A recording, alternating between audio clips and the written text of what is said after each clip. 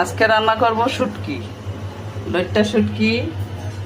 Data ছোট ছোট করে কাটা, আলু ছোট ছোট করে কাটা, পেঁয়াজ, রসুন, এইটা হচ্ছে পেঁয়াজ, এটা হচ্ছে রসুন, আর যে শুটকি। এখন দিয়ে দিব 1 খাবলা পেঁয়াজ, তারপরে দিব 1 খাবলা রসুন, 2 খাবলা রসুন। রসুন একটু বেশি দিতে হয়।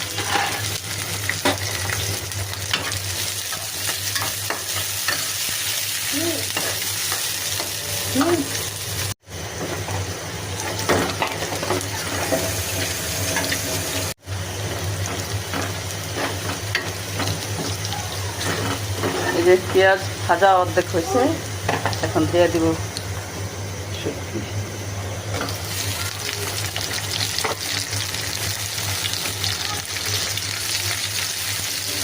শুটকিগুলো আমার না থাকি গেলে রান্না করলে আমার খুব ভালো লাগে না।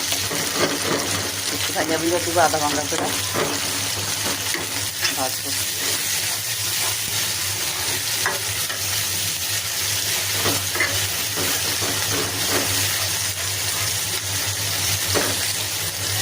গরম পানি একটু ভিজা রাখলাম, ভিজা আর নরম হচ্ছে আধা ঘন্টা করে ভাজা হোক।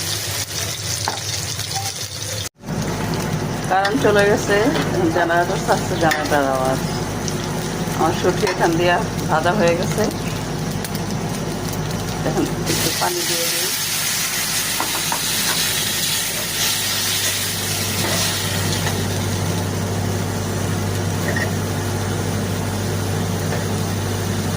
তারপরে দিয়ে দিব একটু হলুদ, মরিচ, সব পরিমাণ মতো দিতে হবে, লবণ।